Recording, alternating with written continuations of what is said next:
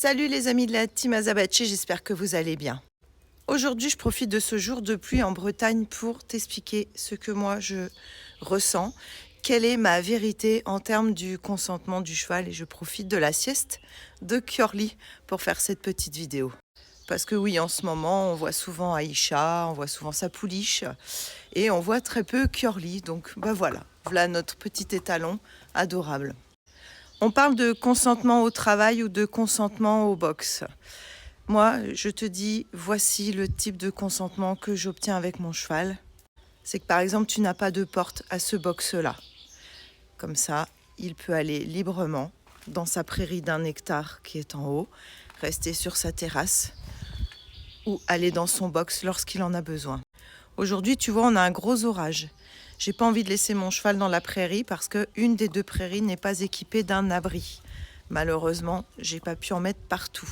La mairie m'ayant refusé la construction d'abris, puisque ce sont des zones naturelles, on m'indique que seuls les arbres suffisent. Et moi, je trouve qu'un arbre ne protège pas un cheval en cas d'orage. Bien au contraire. Alors voilà, quand on nous annonce des orages, c'est la solution que je propose à mon étalon, de pouvoir se réfugier dans son box, de rester sur sa terrasse ou d'aller dans son pré du haut. Ça, c'est en ce qui concerne son habitat. En revanche, au niveau du travail, je vais t'expliquer ce que moi j'entends par consentement. Je dispose d'un tas de matériel. Et donc, en fonction de la séance que j'aurais moi prévu de faire, mais qui ne sera pas forcément la séance que je vais faire, eh bien je vais arriver avec mon matériel pour le chercher soit ici, soit dans son pré là-haut, soit dans son pré en bas.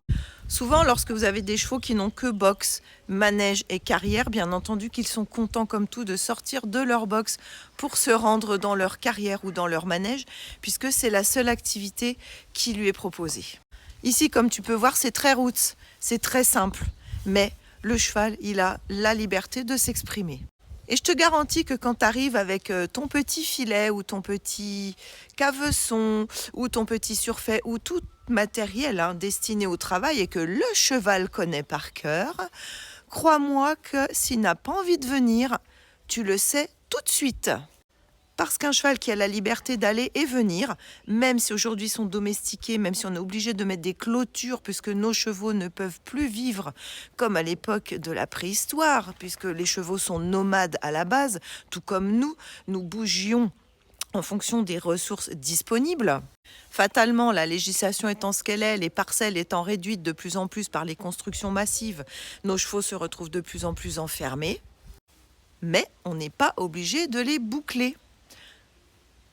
Donc je sais tout de suite quand il veut travailler puisque je vais aller vers lui sans autre chose que du matériel de travail. Je ne lui fais pas croire qu'on va juste brouter à l'extérieur. J'utilise le mot travail qu'il a absolument associé. Je ne prends pas de friandises parce que oui, c'est tricher.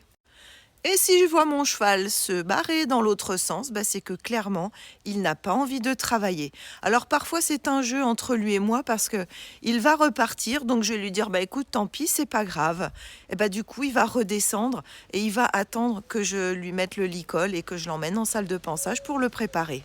Donc sur ce, Kiorli, notre étalon minorquin, et moi, on te fait des gros bisous. Et puis dis-nous, toi, ce que tu as mis en place pour le consentement de ton cheval. En attendant, je crois qu'il a bien mérité sa sieste, l'étalon. Bisous.